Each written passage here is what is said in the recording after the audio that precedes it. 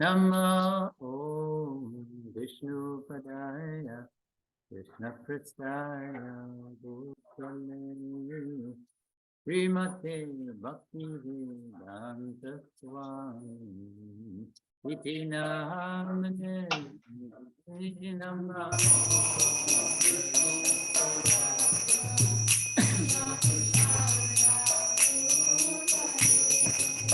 Srimate Bhakti Vedanta Swami Iti Namane Namaste Saraswati Devi Gauravani Pracharine Nirvishesha Shunyavadi Pasatya Ishakarine Namaste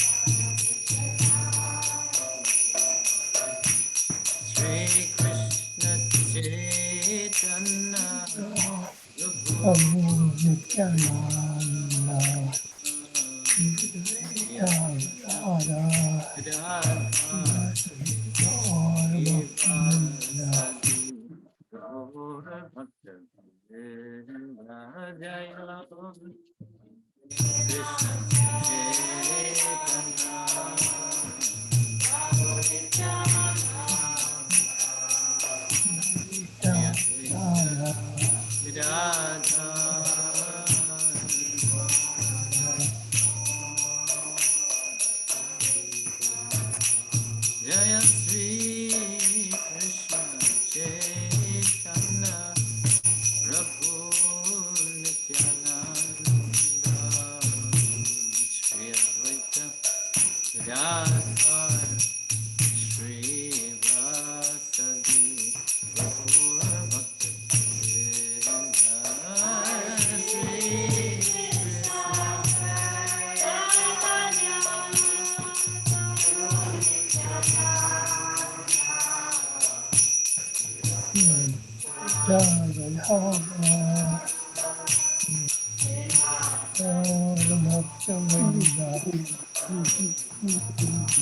Hare Krishna,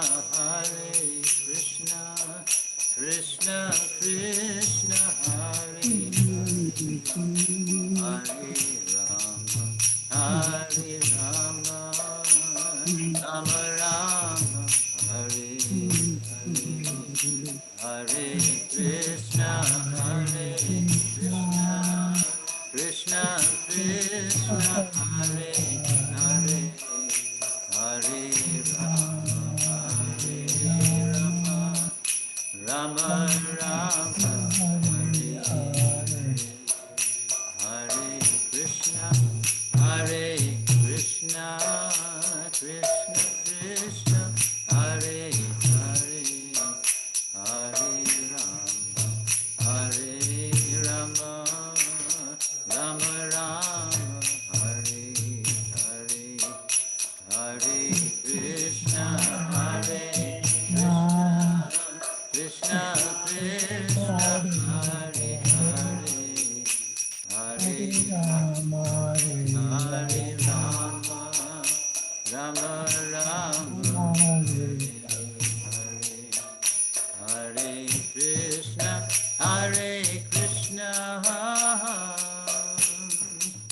Krishna Krishna, Hare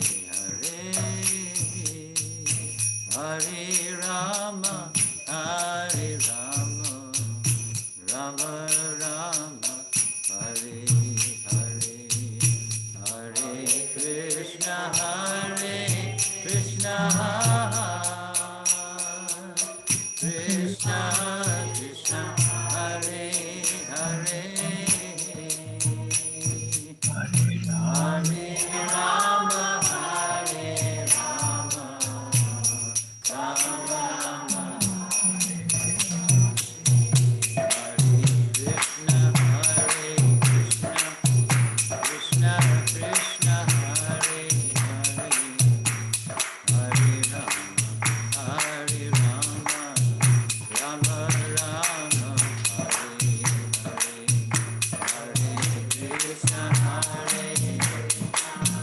Krishna Krishna Hare Hare Hare Rama Hare Rama Rama Rama Hare Krishna Krishna Krishna Hare Hare Hare Rama Hare Rama Rama Rama Hare Hare Hare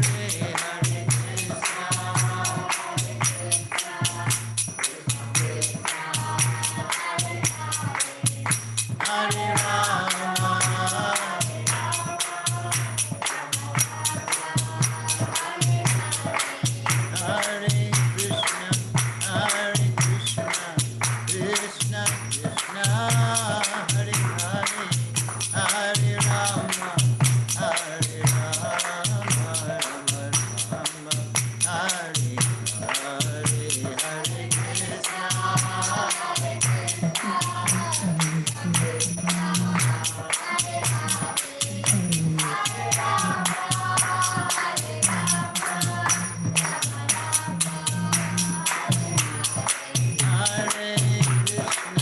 Hare Krishna, Krishna Krishna, Hare Hare, Hare Rama, Hare Rama, Rama Rama, Hare Hare, Hare Krishna.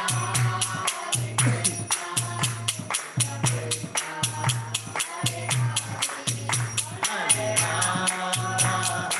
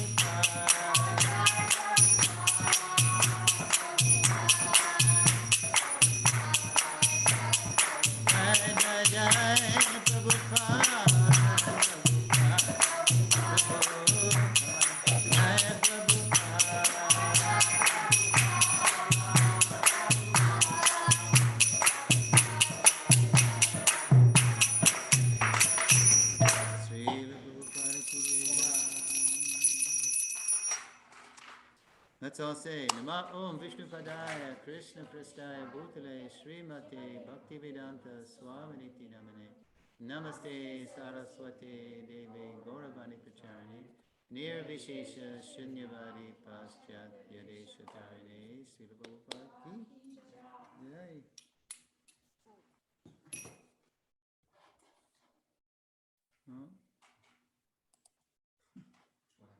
Oh, this thing is in the way of my script. How do I viewing your here? Yeah. Oh, magic.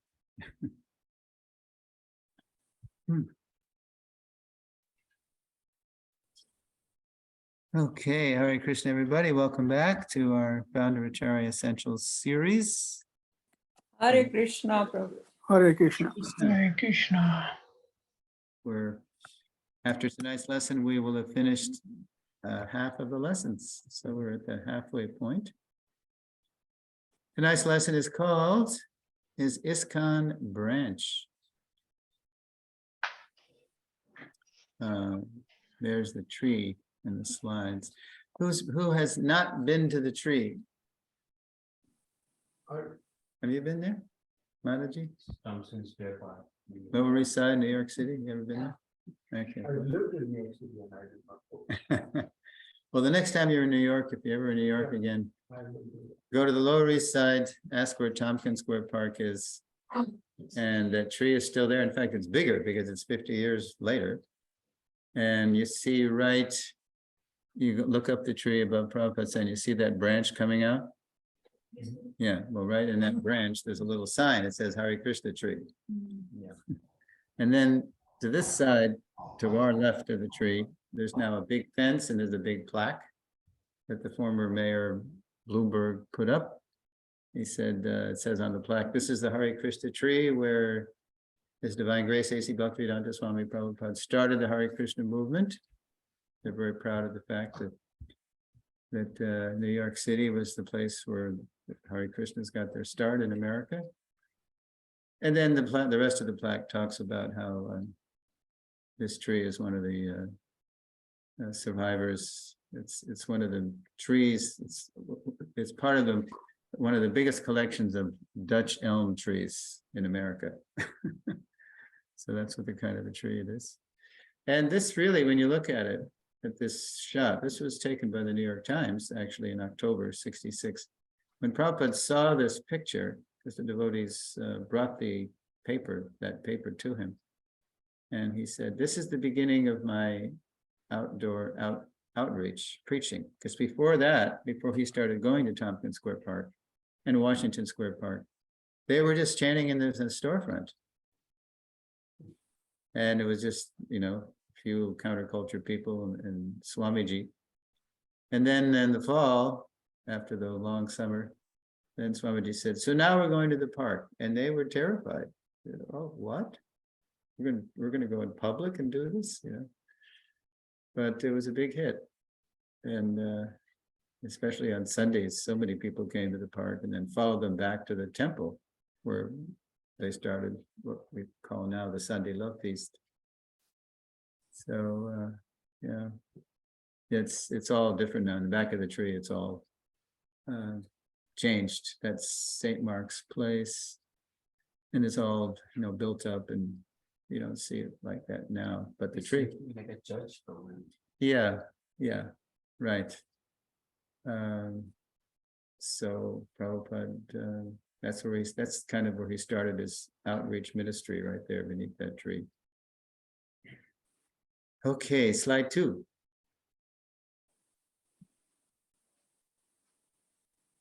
Shocking as it was, the assassination of Mahatma Gandhi in January 1948 only intensified Srila Prabhupada's desire to spread the teachings of Lord Chaitanya on the order of his Guru Maharaj. Unable to engage the Mahatma during his life, Abhay would now try to engage him in death. Here is an excerpt from a proposal Prabhupada first made to the Indian government, Prabhupada's spiritual vision of how to properly honor Gandhi. He called this proposal the Gita Nagari. So there's a statue, but Prabhupada said, if you want to really honor Gandhi, don't just make a statue. So, and here's an excerpt from Prabhupada's proposal to the Indian government. Quote, the Gita Nagari will properly utilize the huge resources of Mahatma Gandhi Memorial Fund. So they're collecting all this money to honor Gandhi, but they didn't really know what they were going to do. Gandhi's memory can be well preserved by his exemplary activities and not by simply constructions of big, huge buildings or dead stone statues. Prabhupada said dead stone statues, where pigeons will pass stool. And Mahatma Gandhi was saintly reformer, and his memorial fund may be utilized for the purpose of converting degraded persons into saintly order. That's the quote, an excerpt from the proposal. Prabhupada urged the fund's director to, quote, keep in motion Gandhi's spiritual movements, unquote.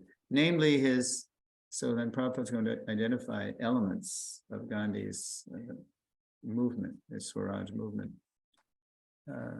Namely his prayerful recitation of sacred sounds. This is my phrase now, but I'm paraphrasing Prabhupada's letter. His restoration of deities to temples, his recognition of everyone as a Harijan, a person of God, and his ideal of a spiritually harmonious society. Quote, the above fourfold Gandhi movements, he wrote, if done in an organized scientific way, supported by all the authentic scriptures of all religions, will bring in that tranquility of peace and a respite from all harshness and bitterness of the present world, which we have longed for till now. So the idea is that everybody knew Gandhi, everybody admired Gandhi, and now he's a martyr, he's shot by a Hindu extremist. And so Prabhupada his strategy is everybody knows Gandhi. So, okay, I try to engage the Mahatma, before he wrote that letter before Gandhi was shot. Why don't you take time off now? You've got your Swaraj. I can show you how to teach Gita as it is, the real Gita, but then he was shot. But Prabhupada's still trying to he's trying to leverage Gandhi's name and fame and his good reputation to spread Krishna consciousness, because everybody knows that Gandhi, he said his book of inspiration was the Gita, Bhagavad Gita. But of course, he didn't know Bhagavad Gita as it is. He just, he even famously wrote, in his book, Experiments with Truth, that he wasn't personally convinced that such a person as Krishna ever lived. He wasn't a devotee by any stretch. But he was using the Bhagavad Gita to try to, justify his philosophy, which was nonviolence. I mean, how you can do that with the Gita? And the Gita was spoken on the eve of the biggest war in history. 640 million people died in 18 days, and he's preaching nonviolence, huh? Yeah. So anyway, Prabhupada is still trying to use Gandhi's name to push some kind of spiritual movement. Fresh from independence, however, India's leaders longed only to be, quote, modern, and were uninterested in Prabhupada's spiritual proposals. Prabhupada was making these proposals to Dr. Sardar Patel, who was the deputy PM, run under Nehru of India, but they weren't interested. Undaunted, Prabhupada moved on, and in 1952, he found his first receptive audience among medical students in the northern Indian town of Jhansi. One of the students was able to connect him with a pious estate executor. That was, what's his name? Prabhakar Mishra, who let him use the estate's property and buildings to teach and to rebrand his mission. Now it went from back to Godhead preaching, and then the next face he tried to put on for the government was the Gita Nagari. I can show you how to build a whole community that would show the Bhagavad Gita in action. This is the real way to honor Gandhi, but they weren't interested. So now Prabhupada, he's, by Chris's arrangement, he's got a receptive audience, and the medical students, they were kind of, and there were Ayurvedic medical students among them in Jhansi. And so Prabhakar Mishra introduced him to this fellow who was an executor of an estate that had been lying, unused for decades. And the guy liked sadhus. So he said, yeah, you can use these buildings, this land, as long as nobody else wants it, And then so Prabhupada, so League was a popular, so Jinnah had this Muslim league, this league, that league. There was different leagues. It was kind of a buzzword in those days. So Prabhupada started the League of Devotees. Slide 3. Okay, there's the launch. Canvassing among the students, Prabhupada ran an ad in the local newspaper. Listen to this ad. This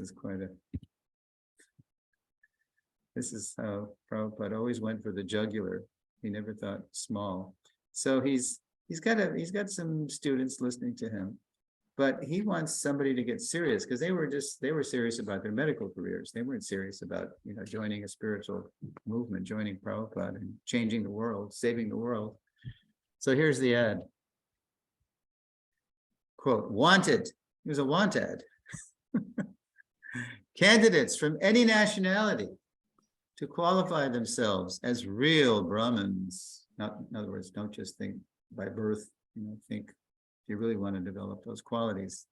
For preaching the teachings of Bhagavad Gita for all practical purposes throughout the whole world. Okay, we're going to change the world, guys. Deserving candidates will be provided with free boarding and lodging. In other words, he's got a place to stay at this estate. So he was going to invite more students to come and stay with him at the estate. Apply A.C. Bhaktivedanta, founder and secretary of the League of Devotees. Now, years later, in the 70s, when Hari Shari Prabhu was serving Prabhupada, they were visiting Prabhupada's old quarters at Radha Damodar. And Hari Shari came across some old League of Devotees flyers, that had been lying in the dusty trunk, for years. So Hari Shari said, "What is this, Srila Prabhupada? League of Devotees?" And I think he might have seen this ad, or anyway. And you had a movement in India before you came to America? So Prabhupada laughed. He said, "Oh, the League of Devotees, that was just me." It wasn't any. He was just trying to. It's like internet. It's like the same thing with ISKCON in 26 Second Avenue, International Society for Krishna Consciousness. They just have one little storefront in the Lower East Side, right? But Prabhupada, he said, "I never thought small." So the peace that the peace that the League of Nations, that's World War I, had failed to bring after World War I, and that the United Nations would also fail to deliver after World War II, the League of Devotees would now bring through systematic spiritual education, quote, "and thereby achieve real unity and peace of the contending elements of the present world," unquote. The events that would compel Prabhupada to eventually set aside the League, leave his family, accept the renounced order of life, and finally journey alone to the West have been well documented in Srila Prabhupada Lilamrita. What concerns us here is how Prabhupada finally established his mission as ISKCON, the International Society for Krishna Consciousness, unfolding its purposes in distinct phases. Okay. So that's the kind of introduction. And now this section is called A Branch of Lord Chaitanya's Movement. Any questions or reflections so far on that introduction? Anything you want clarified or more details? Okay, so the next section is called A Branch of Lord Chaitanya's Movement.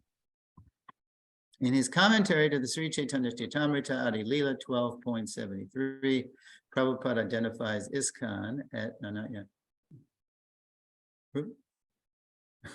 Almost, a little too soon.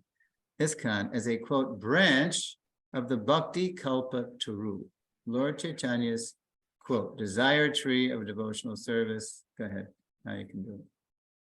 Boom. Though but a branch, this is a very kind of impressionistic, there's Lord Chaitanya, he's the trunk, he's the propagator, he's, there's the Panchatattva, all, with him. And there's all the people and the fruits who are going to taste the fruits of the tree, love of God. Though but a branch, his mission carries the spiritual power to transplant, quote, the tree of love of Godhead worldwide. So ISKCON, Prabhupada said it's a branch of the Gaudiya Vaishnava Sampradaya, but what a potent branch it is, because Prabhupada's the founder Acharya of it, and it's got the potency to actually go all over the world. Prabhupada memorably begged for that empowerment in the poem he wrote the day he landed in America. Anybody remember the name of that poem? Markine, America, Markine Bhagavat Dharma, teaching Krishna consciousness in America. Markine is for America. Yeah. Right. Prabhupada memorably, okay, the day he landed in America, actually the ship landed at 5:30 a.m., interestingly the same time of day that his spiritual master passed away. On September 17th, 1965, the ship, the Jaladuta, put into Commonwealth Pier, slot number 5. Every year the Boston devotees go there and have a big kirtan. Remember, it's like a whole festival they have commemorating that. And so it was actually the next day when Prabhupada was on the ship that he wrote this poem in Bengali. As one verse reads, and here's the English translation, quote, "O Lord, I am just like a puppet in your hands. So if you have brought me here to dance, then make me dance. Make me dance, O Lord. Make me dance as you like. Nacho, nacho, Prabhu." Very beautiful song. During his first year in the West, when the Lord revealed to Prabhupada, he would have to start a fresh branch of the Gaudiya Sampradaya. The same educational purpose he had announced for the League of Devotees, he now formalized in ISKCON's incorporation papers. So this is the first article, the first purpose in the Articles of Incorporation. Quote, to systematically, keyword there, to systematically propagate spiritual knowledge to society at large, and to educate all peoples in the techniques of spiritual life in order to check the imbalance of values in life and to achieve real unity and peace in the world. Now, 6 more points followed, but all reflecting the same educational mood and mission. That's what ISKCON is. It's an educational mission. And so we're happy to see our host family here carrying on that tradition of Harikatha morning and evening. It's educational. That's what it is. In 1976, 10 years after he had incorporated ISKCON, so that was in 66 when he started ISKCON. But in 76, it was quite a time because Prabhupada came back to New York for the first New York Ratha Yatra.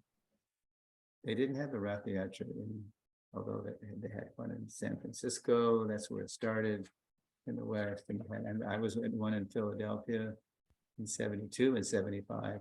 And then finally, the devotees convinced the city to give them a permit because they just were very reluctant to give out permits for anything but the Macy's Day Thanksgiving parade, and I think there's another one, some Puerto Rican parade, maybe Easter parade. Yeah.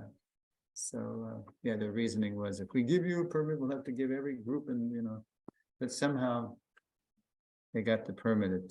Tosan Krishna, my godbrother, tells the story of how somehow he just got through all the bureaucracy, and then finally he got to the head guy who was in charge of the permits, and when Tosan went in there, the guy said, "I don't know why I'm doing this, but I'm going to give you permission. I've never done this before." It was like he was being controlled by Krishna, and he gave him the permit. And now every year, as you know, they came back a couple of years ago after the pandemic, but it's big. Right, and right down Fifth Avenue, Prabhupada said the most important street in the world. You've been there, the New York Ratha Yatra? Yeah. Okay, and you end up at Washington Square Park, and it's really quite a scene. Okay, in 1976, 10 years after he'd incorporated ISKCON, Prabhupada was back in New York City to celebrate Ratha Yatra, the temple's first chariot parade. Reflecting on his society's global expansion in such a short time, Prabhupada compared ISKCON to Varahadev, Lord Boar, the Lord's boar incarnation. As Lord Varaha had appeared from the nostril of Brahma and then quickly assumed a cosmic form, so ISKCON had appeared in a tiny storefront, a little, quote, hole in the wall on New York's Lower East Side, and had quickly covered the earth. Prabhupada, only Prabhupada can make this analogy, right? Just like Lord Varaha appeared from Brahma's nostrils, so be so. And what happened? Well, here was the scene. Prabhupada, before the parade, one day, Jayananda Prabhu was driving Prabhupada around. Prabhupada said, instead of a walk, I want to show you devotees all the places I used to go when I was in New York City alone. And he went to the 2 parks, Tompkins Square Park, even before that, the bookstores, and they took him to 26th Avenue. ISKCON did not have that place then. No, I think it's being rented. Yes. Yeah, it's rented. Yeah, they have events there. Very expensive. Yeah, definitely. Which one has that place? Well, they rent it. But there's plans to buy it. It's just that the fellow who owns it knows that we want it, so he's asking like something totally astronomical, crazy price.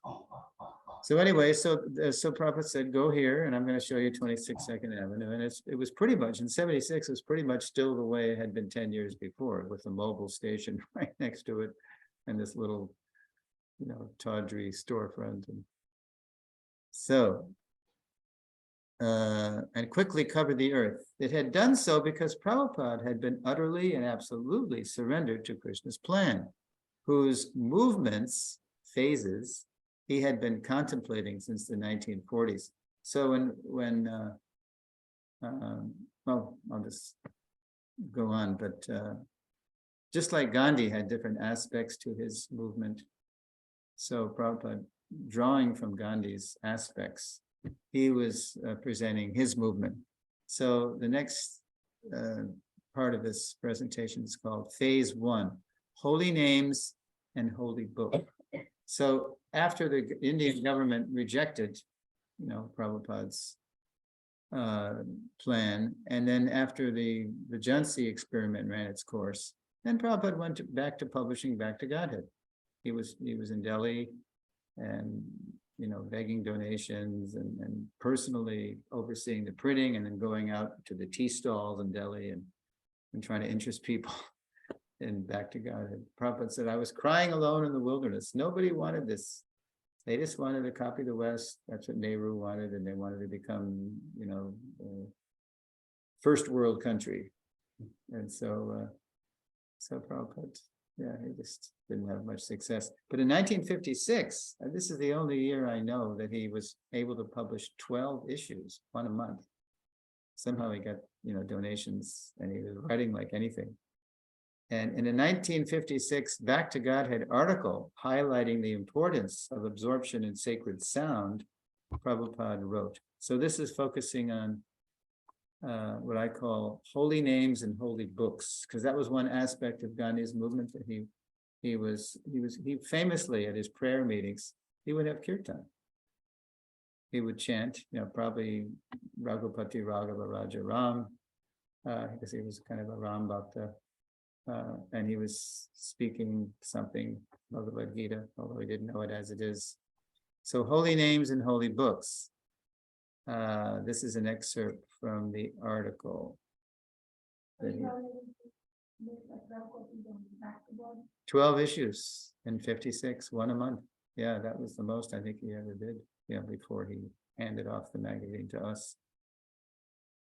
Quote, leaders and politicians may take lessons from the life of Mahatma Gandhi. This is Prabhupada in the article in the 20th of May, 1956 issue.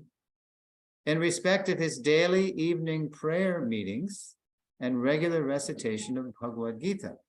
Reciting the Gita makes one eligible to get rid of the demoniac way of life and gradually rise up to the plane of pure devotional life of the gods. Oh, that's it. Okay. Okay, so next slide. Okay, so there's the holy names and there's the holy books. Remember, he had, not in 56, but holy names. When he came over, so that was what I gave you, was like an example of Prabhupada's idea of that first phase through holy names and holy books, and then how it manifested in ISKCON. So when Prabhupada came over, he was chanting mainly, those first listeners, chanting and speaking a little Gita. And the only books, he didn't have any Gita published yet, but he did have his Bhagavatams. So he was poor, externally, materially, but he was very rich in wisdom and devotion. And so, when he chanted, people sat up and listened. They took notice of the pure vibration. And there was Prabhupada meditating on Radha Krishna. And there's Radha Krishna right on that jacket. that jacket came along in the actually in the 50s. Prabhupada had met a designer, an artist, I think in the Delhi area. And so, because he had graphics for a while, a little bit, I mean, kind of simple, but he had some graphics in BTG for a while. And then when he started writing, his magnum opus, the Bhagavatam, when he started that in Vrindavan in 1960, he remembered this artist, and he contacted him and he said, I'm coming out with 3 big volumes of the first canto of the Bhagavatam, and I want you to illustrate. And here's the design. So if you get a hold of the BBT has since published, facsimiles of this edition. I mean, there are originals still around, they're pretty rare, but if you look in the facsimile edition, which is more plentiful, if you open the book up, you'll see a description of what you're seeing on the jacket. And the jacket is like a wraparound jacket.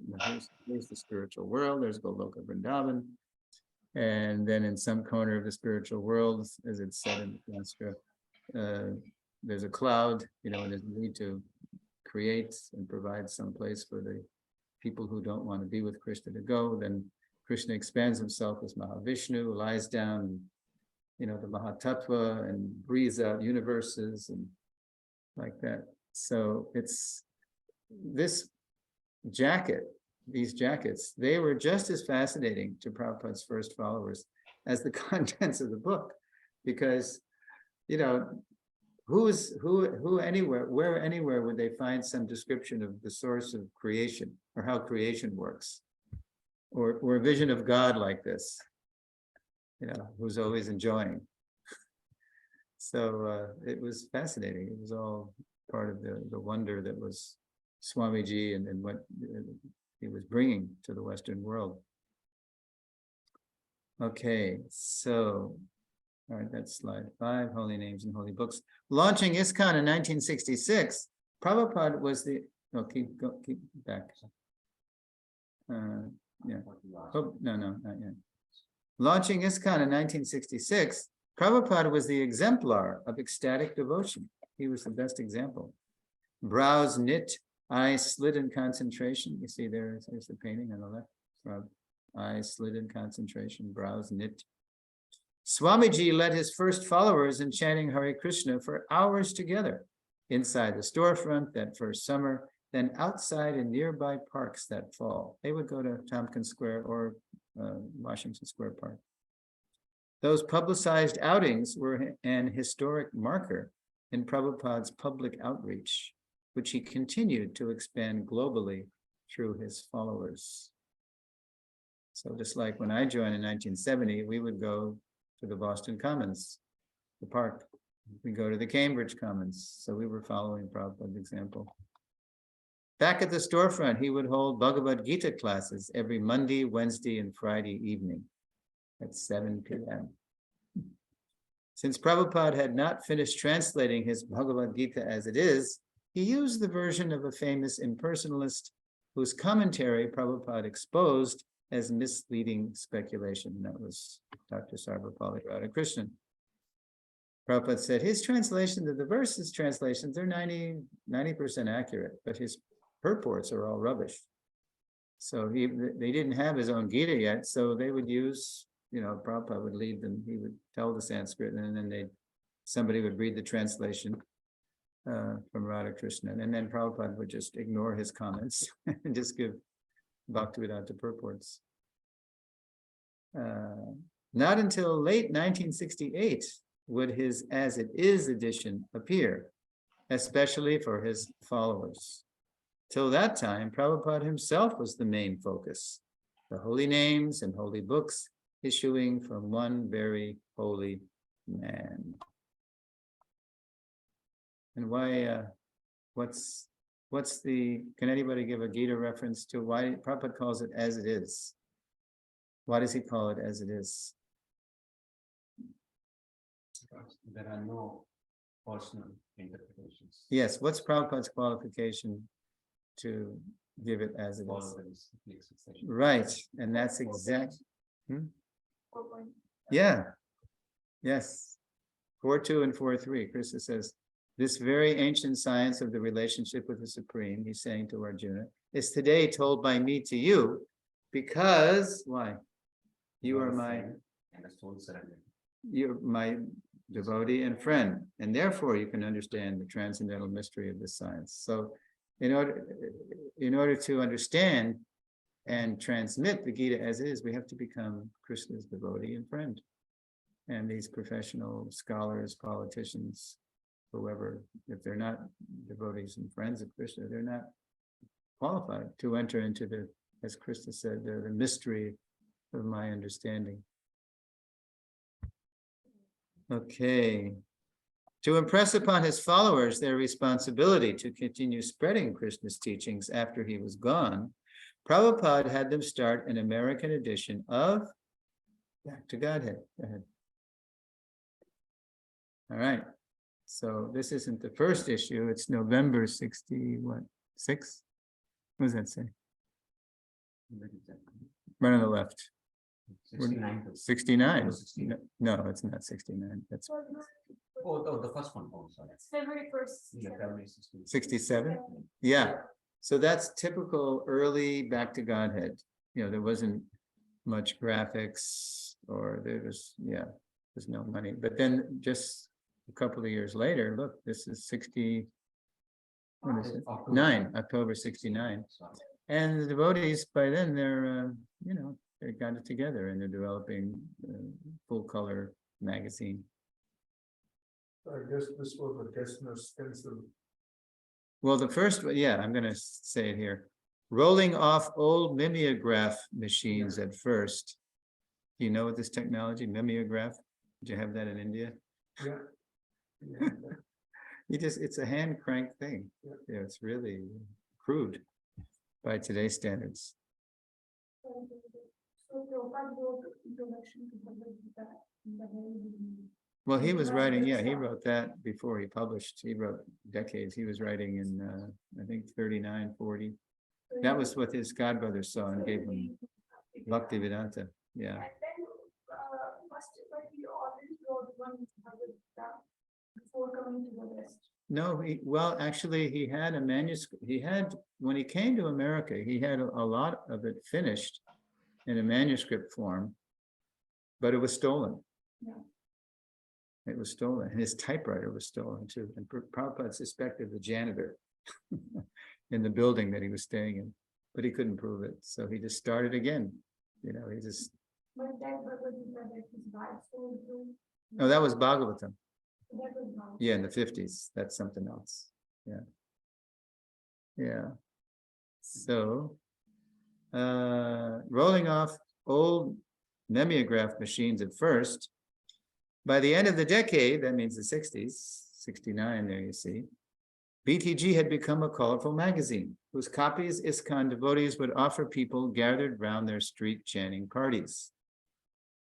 And that's what we did when I joined. We would all go out, to the commons. We'd go out at night to the theater district, wherever there's young people gathered, well, a lot of people, but young people especially. And the system was, we'd all chant, and then we'd chant for about 20 minutes, and then people would gather around, big crowd, who are you, what are you, what's going on? And then one of us would step out in front and start introducing ourselves and what we're doing, and about the Maha Mantra and the philosophy. And then while that person was doing that, a few brave devotees would walk around, with like a conch shell in one hand and a stack of BTGs in another. And they would, what does that say?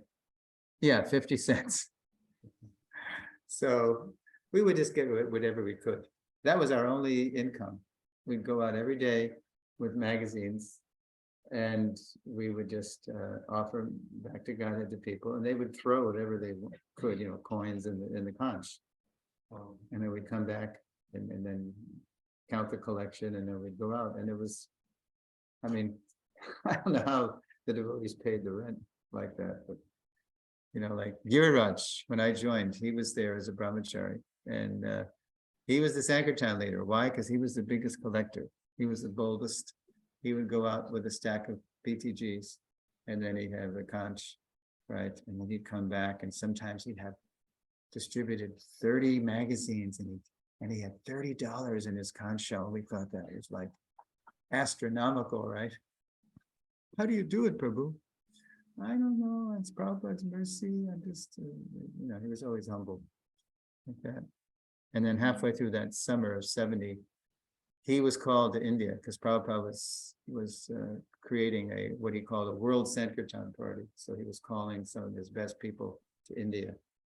Sham Sundar went, and Malati and Giriraj, and all these people were the first Sankirtan people. We're going to read about that soon. These were the infant days of the literature distribution that would become a hallmark of Prabhupada's movement. So then later on, we became famous for distributing books, everywhere. So that's phase one, holy names and holy books. Phase two, temples and deities. In the above-mentioned 1956 BTG article, Prabhupada cited Gandhi's, quote, temple entry movement, unquote, to show the crucial role temples play in a spiritual revolution.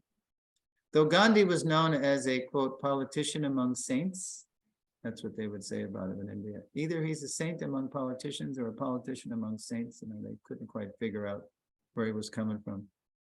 Prabhupada praised him for trying to restore the deity forms of Krishna to temples desecrated by Hindu-Muslim violence. Unfortunately, he wrote, the temples have become, listen to this, Prabhupada said, the temples have become, quote, rendezvous of demoniac dance, so many plague spots for preaching atheism. Now, that was a mystery to me for years. What does Prabhupada mean? The temples have become rendezvous of demoniac dance. Because in America in the 50s, what was coming in was rock and roll dancing. But I couldn't imagine that being what was thinking that what was going on in India, that rock and roll didn't go over there for a while. And it wouldn't be in the temples. India is it just wouldn't be allowed. So when I was presenting this lesson one time, I forget where it was even. It was in South India. It was in Bangalore, actually, South Bangalore. And so I said, I expressed my puzzlement over that phrase, rendezvous of demoniac dance. And so one South Indian devotee raised his hand and said, oh, Prabhu, what Prabhupada means is sahaja dancing. People who are imitating the gopis. That made sense. That made sense, because I've seen that myself. One time I was in Loy Bazaar in Vrindavan, and I was at a cloth shop, and I was buying something. And then all of a sudden, down the street, came this line of old men dressed up with saris. And they were pretending they were gopis. And making all these grotesque gestures and expressions, like they were in ecstasy. And there was one man following them with a drum, one old man, and he was boom, boom, boom. So I looked at this parade, Were they nuts? This was in Loy Bazaar in Vrindavan. I was at a cloth shop. Vrindavan. Vrindavan. So I had an idea of what this was. So I said to the cloth merchant who had seen all this stuff before, and I said, Prabhu, Gopi Bhav? So he got a funny smile on his face. He said, maybe a little cracked. Like these guys are nuts, So yeah, I've seen that. So that stuff must have been going on. These people would just go in the temples and do kind of their cracked Gopi Bhav. Rendezvous of demoniac dance. So many plague spots for preaching atheism, unquote. Hence his proposal, Prabhupada's proposal, to regenerate the temples as centers of spiritual education. Prabhupada said, yes, this is what we need. We need the temples to be places where people get elevated and purified and enlightened.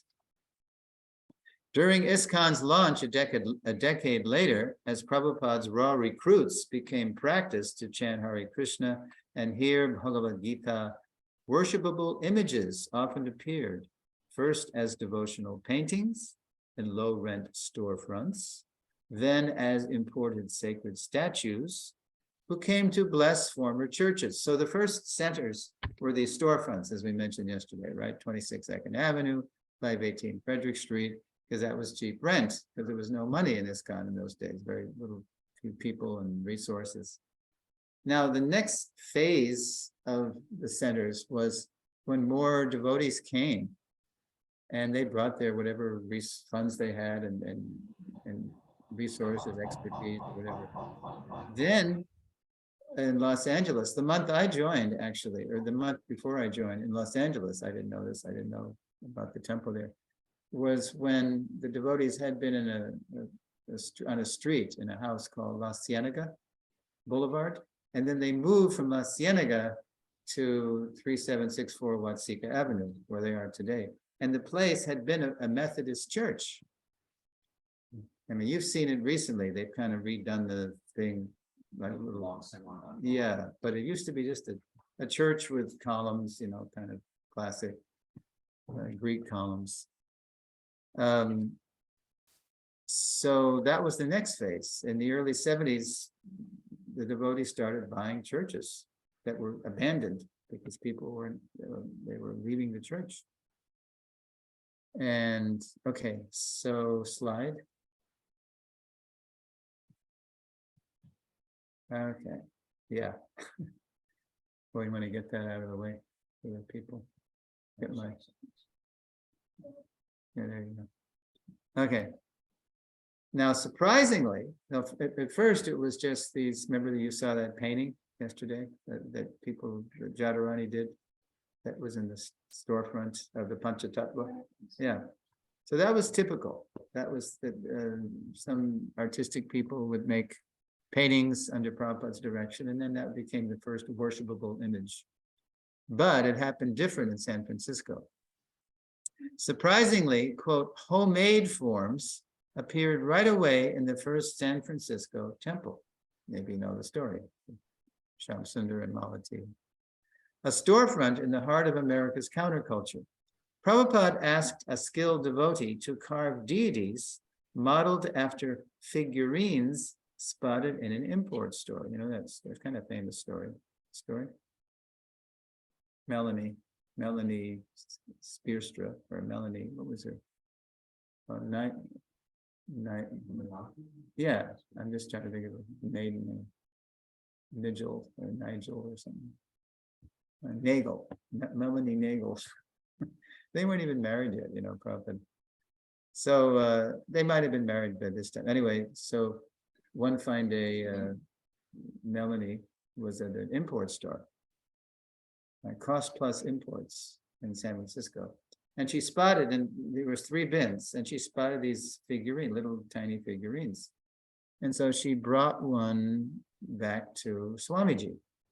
And she was so surprised when she showed the figure to Swamiji, and Prabhupada immediately offered pranams. Oh, Lord Jagannath has come. Never mind that the car, and so I'm kind of mixing the story up here, but so Prabhupada said, were there any more? Because she brought the Jagannath figure. Oh yeah, there were a couple more. They had big bins. So can you get them? So she went back and she didn't pay for it. She just, that was the way of the counterculture, you know. They didn't call it stealing. They called it liberating the merchandise from the pigs, from the capitalist pigs. Anyway, so Prabhupada, after he saw the 3 the figures, then he said, "Does anybody, any among you know how to carve?" And Melanie's husband did. Shamsundar, actually, he had married him. Yeah, he said, "You got to now. You've got to. You're living as boyfriend and girlfriend, but you got to marry if you want to practice. You can't live like that, you know. You got to be married, and you got to follow principles." So he married them. So Melanie became Malati and Sam became Shamsundar. So so Malati said, "Oh yeah, my Shamsundar, he knows how to carve. He was a man of many talents, still is.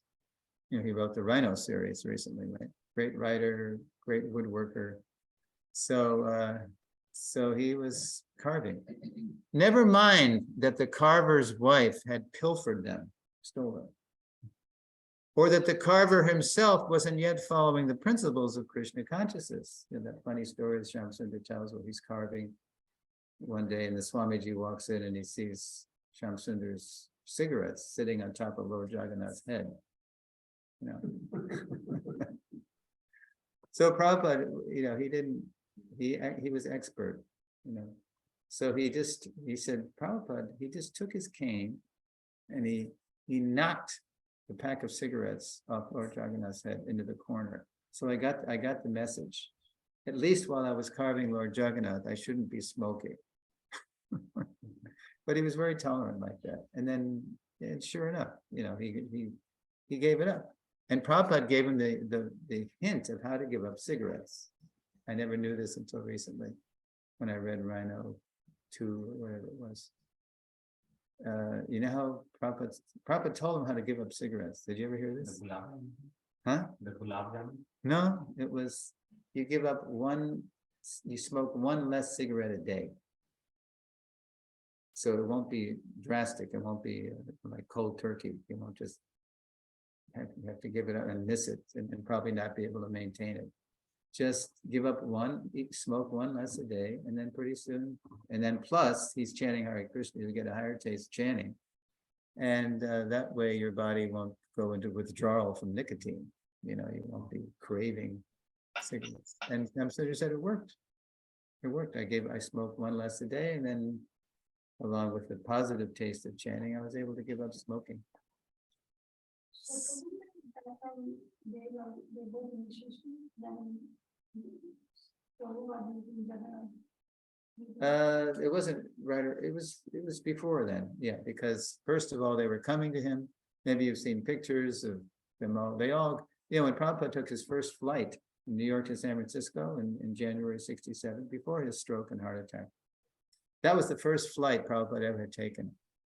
And they were in the first flight, when he landed, he had a reception in the airport because Mukunda, who had gone to the West Coast earlier with Janaki, and their friends, you know, Sam and Melanie and Joni and Roger, this is Guru Das and Jamuna and you know, Shamsundar, who became the first temple.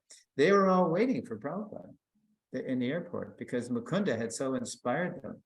Because Mukunda, they all were from Oregon and they all knew each other. They were all friends from their college days at Reed College in Oregon.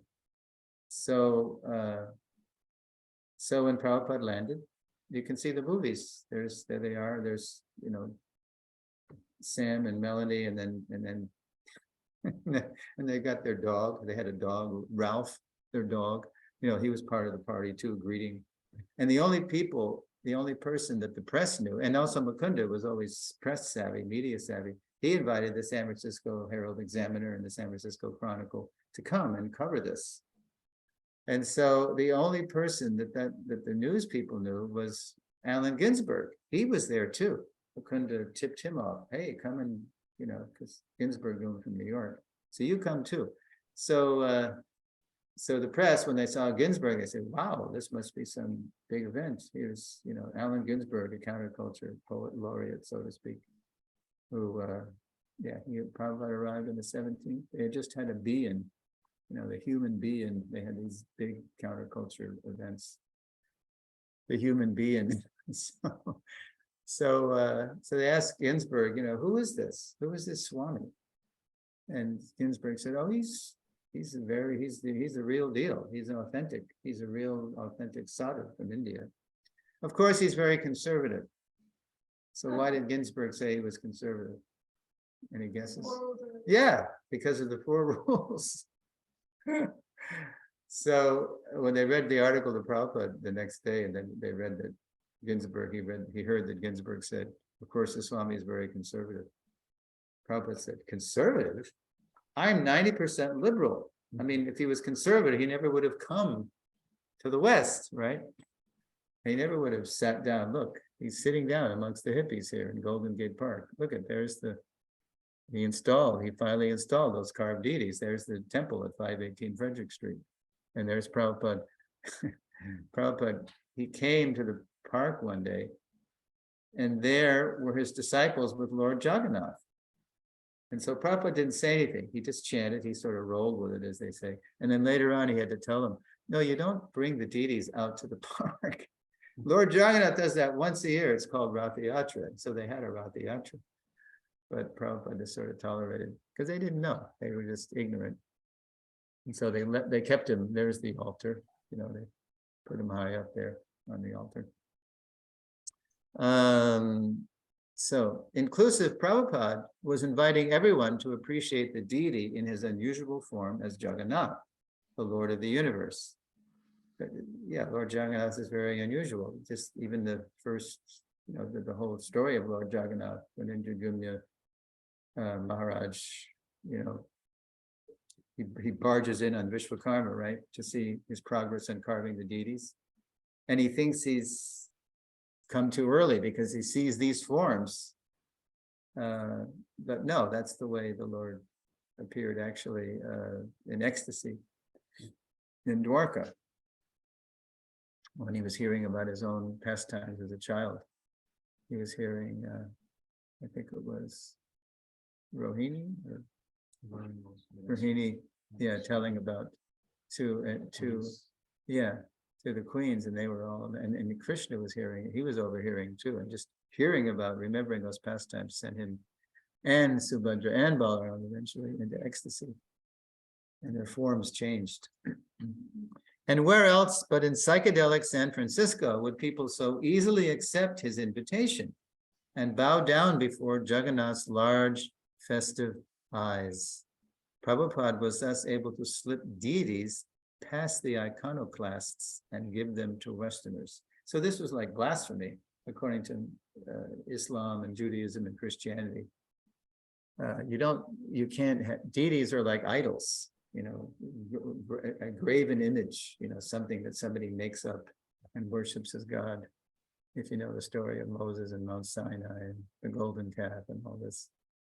But Prabhupada, by Lord Jagannath's trick, he came first in San Francisco, perfect place to come, because the hippies would come to the temple. They were already used to coming because they had these huge lunches. They were feeding over 100 people every day, and the city of San Francisco was commending them for handling all this influx of hippies. They couldn't handle it. All these people were just flooding into the San Francisco Bay Area from all over the place. And the devotees were feeding them. They would get donations, and they would cook, and that was the program. So then later on, when Lord Jagannath came, the hippies would come in and say, "Hey man, who's that?"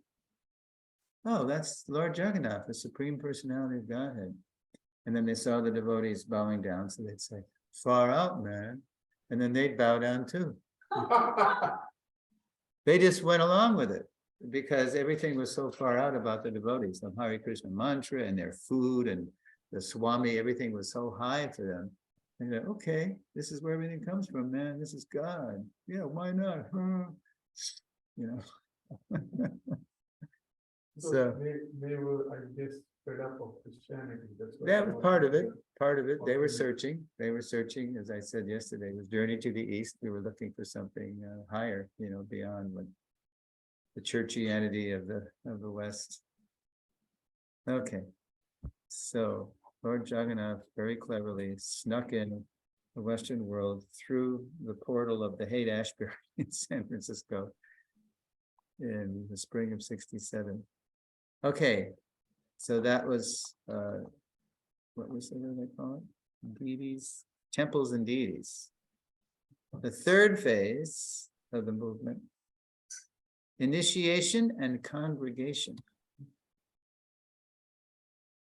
In a 1949 letter to Deputy Prime Minister Dr. Sardar Patel, Prabhupada wrote, quote, "The third item is to take up the Harijan movement." Now, this is when Prabhupada is still trying to capitalize on Gandhi's name and fame, and he's still trying to convince Patel, to convince Nehru to, give facility to Abhay Charan Day to make a whole community that he said we're going to call it the Gita Nagari.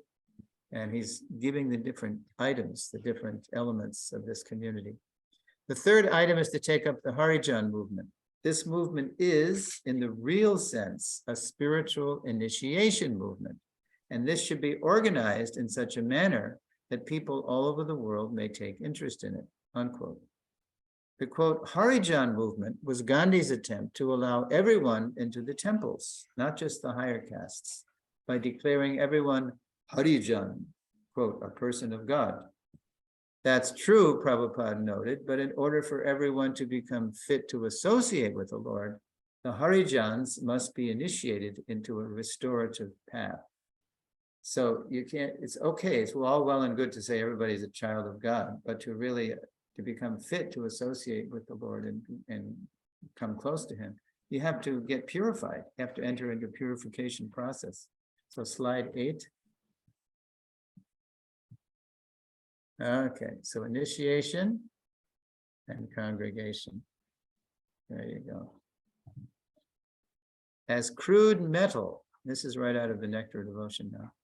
As crude metal is said to transmute to gold in an alchemical process, so even a crude human being, by accepting initiation from a bona fide spiritual master, can gradually be restored to his original spiritual nature. And that's definitely what Prabhupada did. He took us rude and crude, hippies, and, he turned us into aspiring Vaishnavas. Initiated devotees would gradually become the core of a wider congregation, whose evolution would vary from country to country. Now, where is this? I forget where that is. So I think it seems to be during the pandemic or something, though. People are wearing some of those. Oh, is it? Yeah, there it is. You're right. Yeah, there's a mask, but it was the best picture I found of the congregation. So yeah, it's a little anachronistic. It's a little out of time, but at least it gives you an idea of what a congregation looks like. Which temple is that? I don't know. It looks like there's a strong Indian component there. I'm not sure. I'd have to do some research.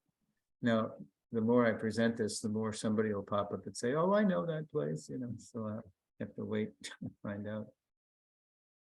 When Prabhupada brought his first Western disciples to India, for example, they were the talk of the nation. Why would materially successful Westerners give up everything to dance and sing Hare Krishna in the streets? Quote, "You want to imitate Westerners?" Prabhupada would chide his countrymen. That was his strategy.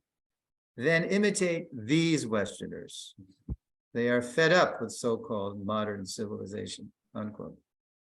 Rather, quote, "the material advancement of the Western countries and the spiritual assets of India should combine for the elevation of all human society." That's right out of the Bhagavatam. Okay. You had a question. Concerned that Indians might come to see the Western devotees as mere performers, and by the way, some observers were already dismissing them as spiritual hippies, or even CIA spies. That was another thing. We thought because India was trying to be neutral between Soviet Union and the West. So some of the journalists in India thought, I think maybe they're CIA. They can't really be Vaishnavas. We think the CIA has paid off Swamiji to bring these people in to spy on us, to infiltrate us. Prabhupada temporarily suspended. So when Prabhupada got wind of this press, then he temporarily suspended their street chanting and engaged them in a new program, life membership.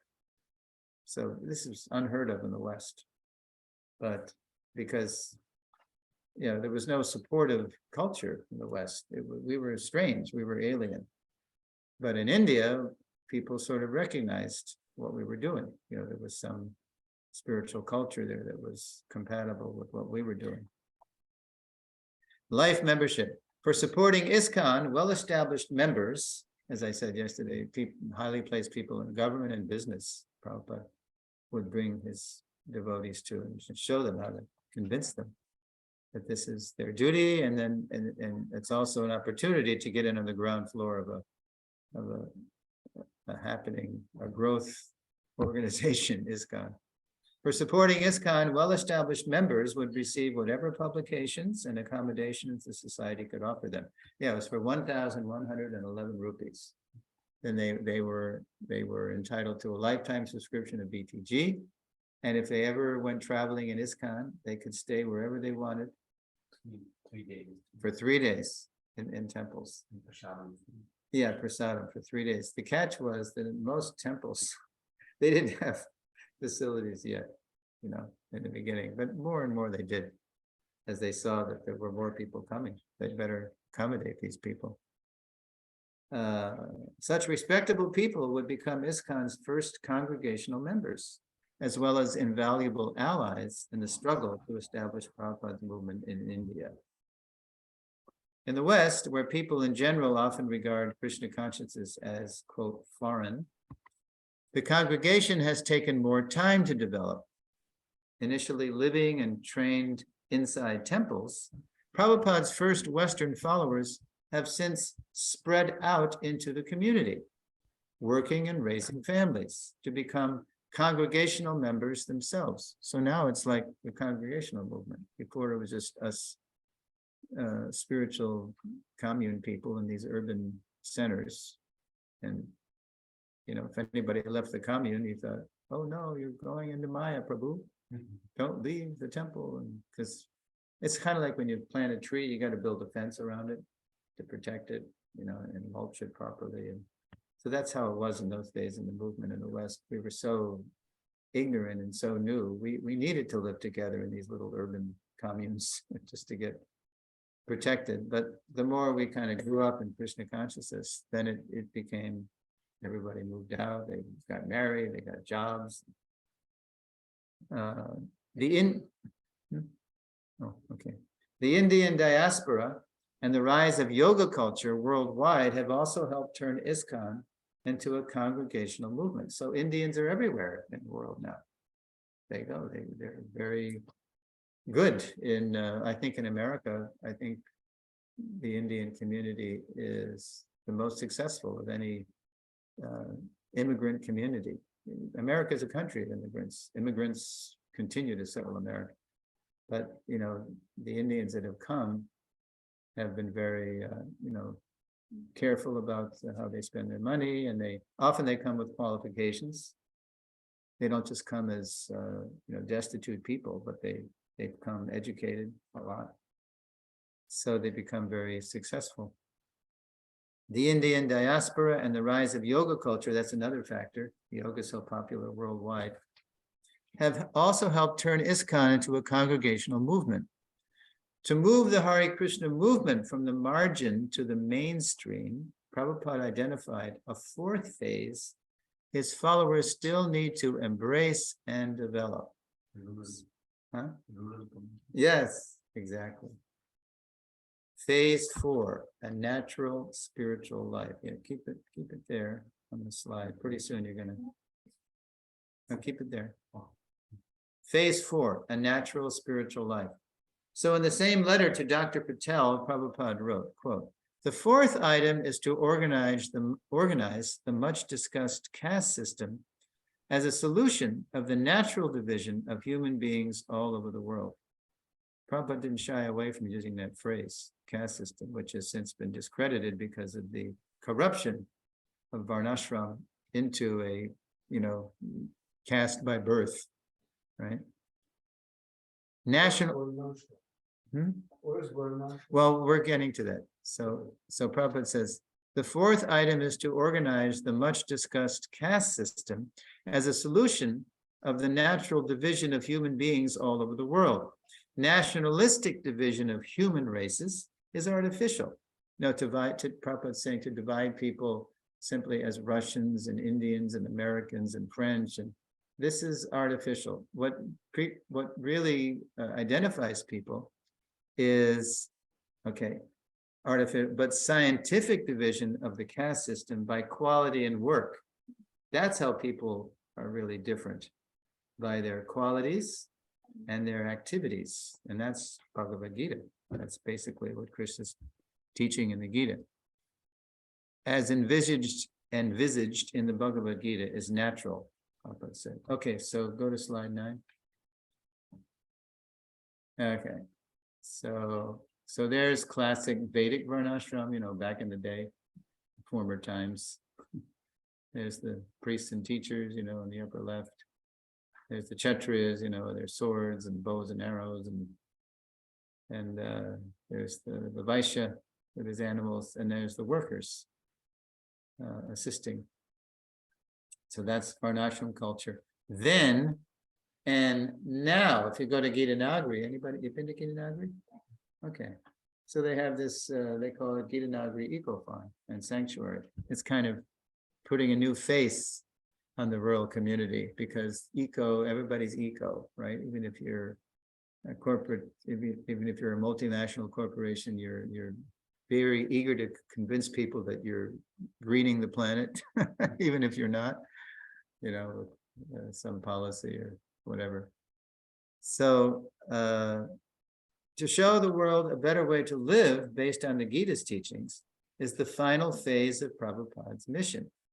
As the body's different parts are equally appreciated for their contribution to the whole body's welfare, so the social body's different classes should be equally valued for their role in serving the Supreme Lord.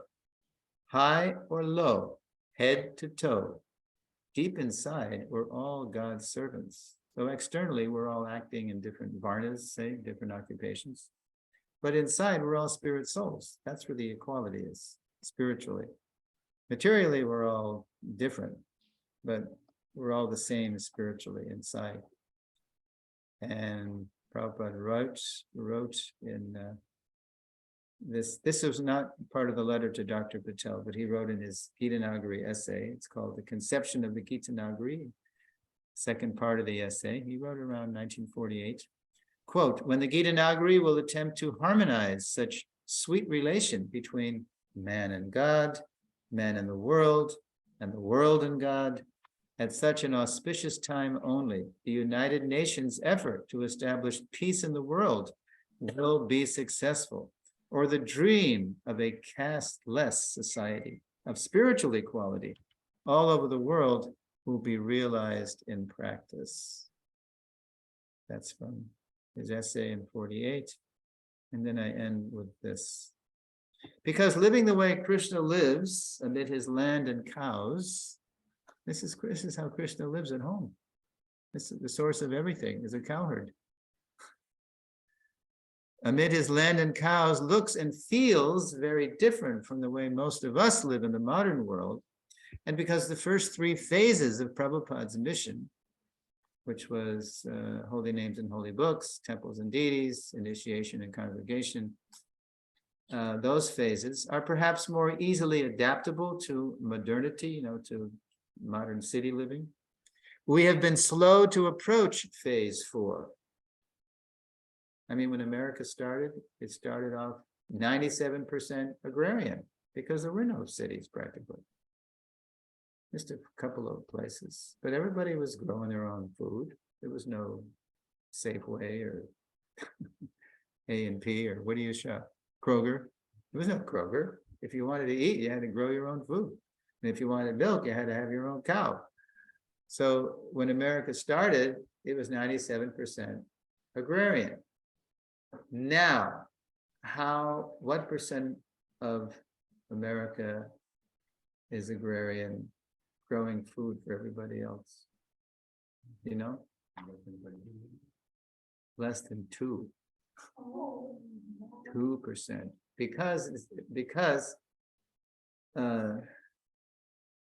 Because of the Vaishya mentality, everybody's growing food has become the business of agribusiness, big conglomerates, with pesticides and anyway, and keeping cows as part of an industry, a dairy industry, and as soon as the milk production of the cow slips, then they sell it right to the slaughterhouse. It's become for profit. So all of that, all those skills, plain living and high thinking and living close to nature, it's been practically bred out of us historically. We don't, even though we started that way in America, colonial America, 90%, 7% agrarian, we've lost the skills. There was a lady who lived near us in Gitanagari. I lived in Gitanagari for about 13 years, off and on. So it was quite a dose of plain living and high thinking. So, but we were basically refugees from the cities and the suburbs. We didn't start out that way. We just started out, as city and suburban kids. But we were inspired by Prabhupada and his vision of, plain living and high thinking. So, so we were living in the country. We're working oxen and milking cows and canning and drying a lot of food. It was good. And we wanted to learn more of how to live off the land. So there was this one lady who was a healer. She was an herbalist. She used to help people who the medical community couldn't help because they didn't know anything except, their chemicals and drugs. And I mean, not to knock that. I was helped too, to get rid of my prostate cancer. I used allopathic medicine. But Evelyn Snook, her name was. Evelyn Snook was sent home in the 1940s by the doctors saying, "You have cancer. There's nothing we can do to help you. Just try to be as comfortable as you can." But she didn't accept that. So she did a lot of research into herbs. I mean, Krista says, "I'm the healing herb," right? The original, somebody, and in Ram Leela, you have the Sanjeevani mountain that Hanuman brought to revive Ram and Lakshman. So this is Krishna's natural medicine, herbs. So she cured herself of cancer, and then she went on a crusade to help others. So by the time we came, I wasn't there in the 70s, but in the 80s, I was living at Gitanagari, and in the 90s. She was well established as a local healer in the area. And we became very close to her. And we said, "Evelyn, why don't you come out to our community? We've got 350 acres. And we know there's a lot of what's growing there. We don't even know what it is. We don't even know how to use it." She said, "Sure." So she came out one Saturday and she led us on a tour all through. It looked just like, this is a shot of Gitanagari, by the way. It's beautiful. There's the Tuscarora Mountains, and then this is Juniata Valley, and you can see how fertile it is. And Where is this? this is in the southeastern Pennsylvania, about 50 miles northwest of Harrisburg, capital. And so she led us on a tour, and she said, "Yeah, this is, you think this is a weed, but this is very nutritious. You can put this in your dal, in your soup, right? And this is medicine. And this is your cosmetics over here. You don't even need to buy stuff. You got to."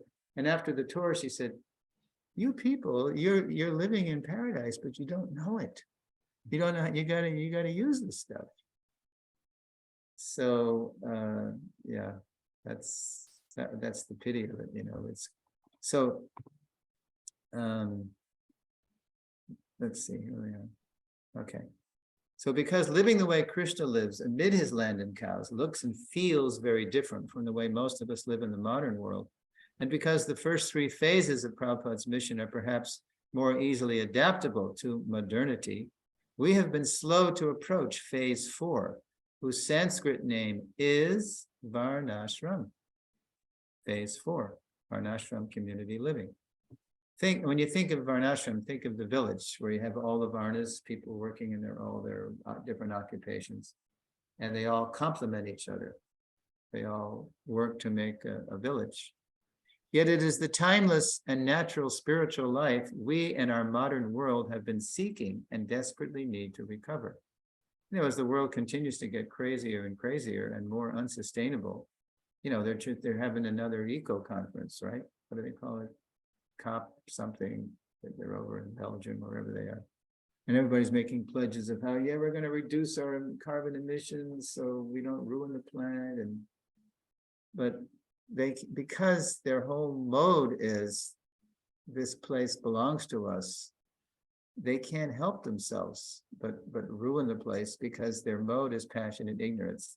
That this place is for us to enjoy and exploit. That unless and until we understand we're servants of Krishna and his nature, then we'll never be able to get out of that, treadmill of passion and ignorance. I think it has to do with what the Bible teaches, and it disconnects man from nature.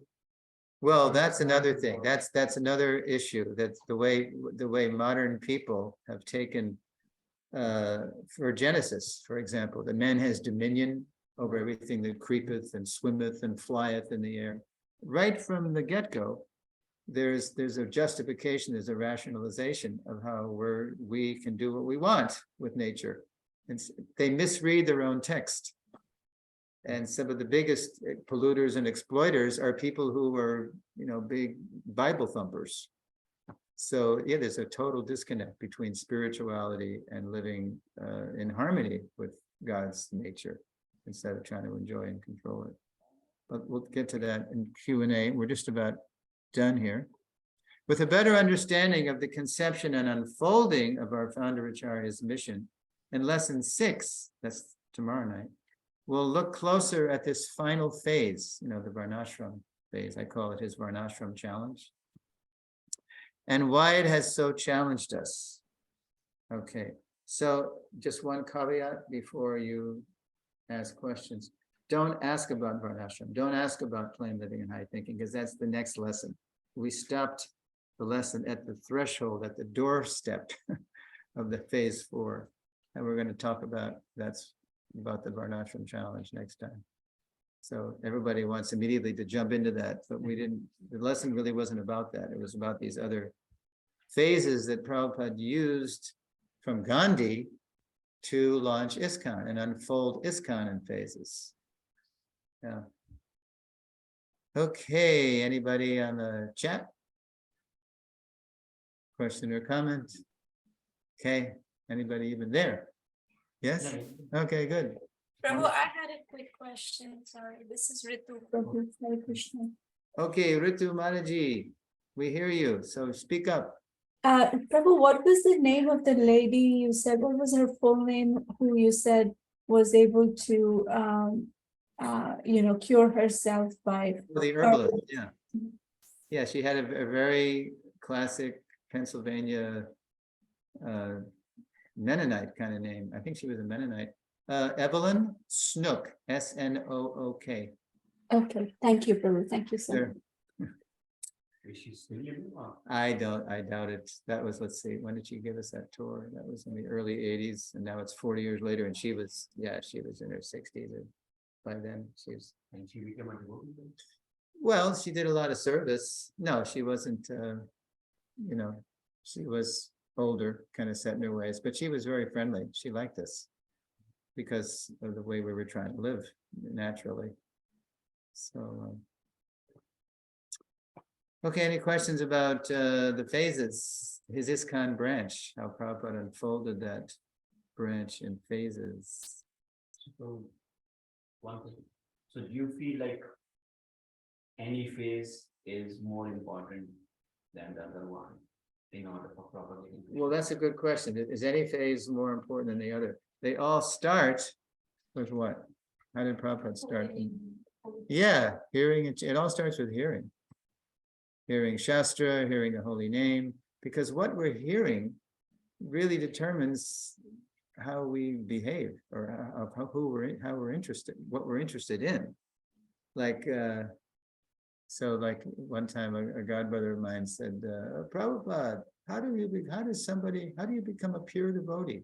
One of these early ISKCON questions. How do you become a pure devotee? So Prabhupada answered like this. Prabhupada was so tolerant and generous in his answers. When the person, even if the question was kind of naive, and I mean, it was a good question in one sense, but it was just sort of like out of left field. It wasn't even appropriate to what Prabhupada was talking about. How do you become a pure devotee? Prabhupada said, how you become drunkard? You associate with drunks. Prabhupada said, they will teach you how to be first-class drunk. And Prabhupada had practical experience of that, to step over 94 Bowery, and that's where he was living in that Bowery loft.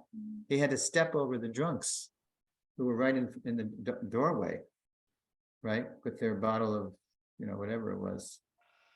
And that's if you want to be a drunk, it's all association. And that's Bhagavad Gita. Sangha sanjayate kama. As we sangha, as we associate, so we calm, so we desire. Yeah. So it all starts with, and that hearing and chanting never stops. That's, if you know the whole analogy that Mahaprabhu gives, the whole metaphor of the seed of the creeper of devotion, and then watering the creeper, and then the creeper grows, and then penetrates the universe and bears fruit at the lotus feet of Krishna in Goloka as love of God. And yeah, so that if at any stage we stop hearing and chanting, then we just dry up. No matter how strong, the creeper, it might have a good root, it might have a good base, but if you stop watering it, it's just going to wither and die. And that's, we've seen practically, if people take up bhakti and they pursue, they try to grow their creeper of devotion, but then they somehow think later, oh, we don't need to hear and chant anymore. We're so advanced, we can just do what we want. Or no, that's a misconception. The 6 Goswamis, who were Bhadri Gopis, liberated souls, what were they doing? Sankhya Purvaka Magan and Nativi. They were counting and bowing down in a scheduled measurement. They were counting rounds. Not that they had to, they were liberated souls, but they loved to. So they were like Raghunath Das Goswami was chanting 100,000 holy names a day, right? So hearing and chanting, I would say that's always, the most important, because it's there in the beginning, in the middle, and the end.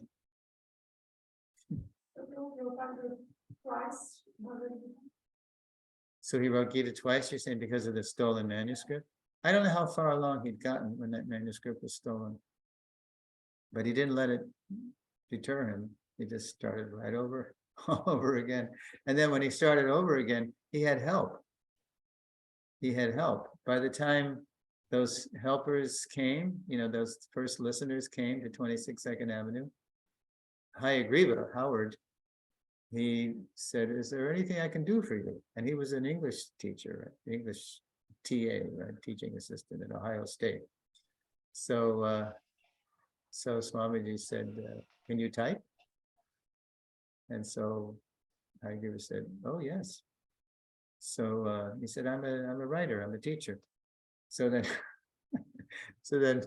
I agree, but later he told us, he said, so Swamiji opened the door. He had a closet in his apartment at behind 26 Second Avenue.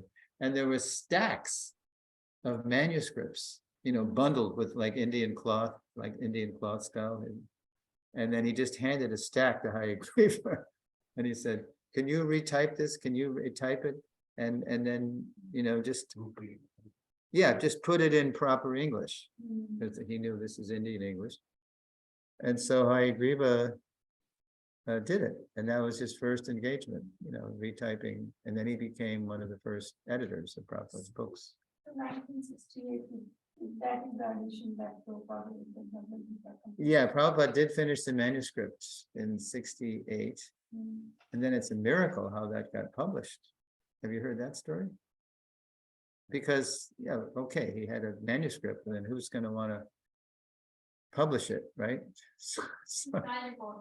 No, it wasn't. Died upon, they published another book at the same time. It was Teachings of Lord Chaitanya. I forget the connection there, how they got that. Anyway, So Brahmananda used to tell the story when he was alive.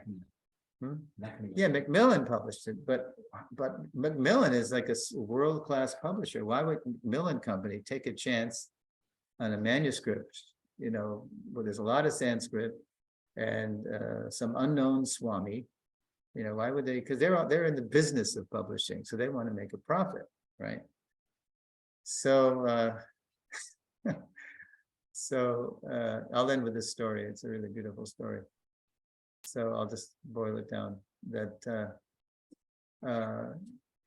so Prabhupada finished the manuscript, right, in 68, in the spring or whatever it was.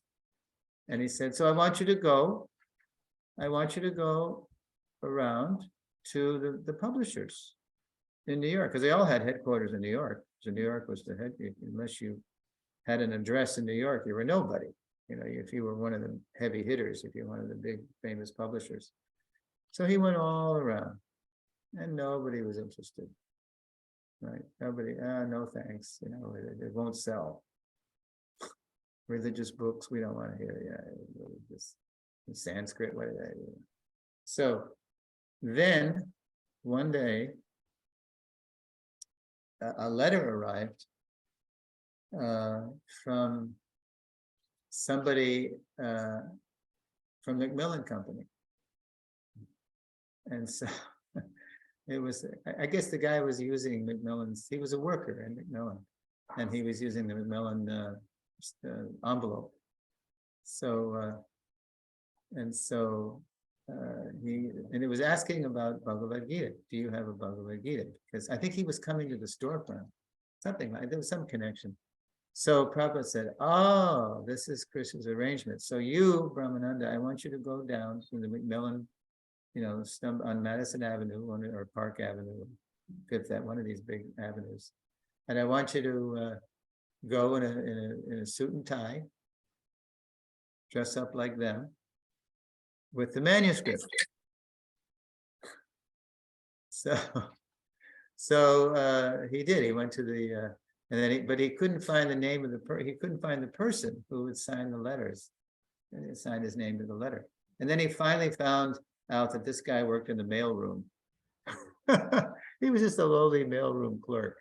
He wasn't like a big editor, you know, somebody in the Macmillan brass. So Brahmananda, he was there, and he thought, oh my God, okay, well, let me go at least try to interest this guy in, you know, in getting a book once it's published. So anyway, he's talking to the kids, who are a young guy in the mailroom. I'm kind of like giving the real short version, and all the details might even not be completely correct. But what happened was, just by Chris's arrangement, I think it was the associate, one of the big editors, was down in the mailroom, and he overheard the conversation, and he said, "Bhagavad Gita? Are you publishing? You want a Bhagavad Gita published? Well, you know, we're publishing a spiritual series because we see there's a lot of interest in Eastern spirituality, and we're doing one on, I forget. I think there was one on, I forget exactly what they were doing, Tibetan Book of the Dead, or I don't know, something Buddhist, something. And we need a Bhagavad Gita. I was just telling our publisher today, we need a Bhagavad Gita. So let me see that. You know, he had a manuscript. He had a manuscript with him. Let me see that. And so, and Prabhupada had told Brahmananda, because Brahmananda had gone out previously to different places. And so Brahmananda was saying, they don't want it, Prabhupada. And so when they got this letter, he told Brahmananda, don't worry, Krishna will help you. Krishna will help you. And so the guy took the manuscript. It was a 1,000-page manuscript. I mean, if you look at that, Macmillan, what they finally published in 72, you know, that big fat Bhagavad Gita as it is, with the Krishna and Arjuna and the horses on that. That was a fat book. But anyway, so this guy, I forget his name, he took the manuscript, and then he came back and he said, look, this is, we need this. This is, but we it's too big. So Swamiji, you know, I think he came to 26 Second Avenue even, he said, you got to cut this manuscript down to about 1/3 the size. So it must have been very painful for Prabhupada to do that. But he saw an in, you know, in like a needle, out like a plow. So he saw, okay, this is Krishna's arrangement. This is a start. Macmillan is a super famous publishers. And if they want it in an abridged form, then okay, I'll do that. So he did that. And so what came out in 68, and that was the Gita that, you know, in 1970, when I was in Toronto, I told you the story of how I joined. That's the one I read. You know, the purple Vishnu, the purple Gita with a black Vishnu silhouette, and then all these counterculture luminaries, you know, like Ginsburg and this lady Denise Levitt, and they padded it with all these, you know, praises of Bhagavad Gita, so people would buy it. And so that was just one of the many miracles that Krishna provided to help Prabhupada launch his movement. Yeah. So next time we're going to have his Varnashram challenge and why it's still a challenge and how that unfolded. You'll see, it's very interesting. So we can feel that Bhagavad Gita plus 1/3 as well. The one you're reading. Well, the one you're reading now is published by the BBT. Finally. Yeah, but how we got the rights from Macmillan, because they had the rights and they weren't going to give it to us as long as it was selling. So Prabhupada said, oh, yeah, why are we buying from them? We should be publishing our own Gita. And so the devotee said, but Prabhupada, they're not going to, as long as we're selling this Gita, Macmillan Gita, and they're making money off it, then they're not going to sell us the rights. So Prabhupada had a strategy. Then don't sell that book anymore. Just let the sales go down, because we were acting as their salesmen. We were going around distributing the book, right, and getting donations. I mean, we were getting donations, but you know, we were paying them to print it, and they were making a lot of money off it. So that was and finally we did get the rights. I think in 74 or 5, or maybe 5 or 6. There was we got the rights. And then in 83, we finally published complete edition of the Gita with, you know, corrections. Yeah. So that Bhagavad Gita we are reading, this is the original one that This is the one that Prabhupada, that by Prabhupada's mercy, we got the rights back to, and that's in 72 they published the complete Gita, but it was full of mistakes. Macmillan Gita, you know, like instead of cow protection, what do they have? What was for the Vaishya verse? Krishigo Rakshavani Jam Vaishya Karma Svabhavacham. So it's cattle raising. Cattle is a slaughterhouse term. Yeah.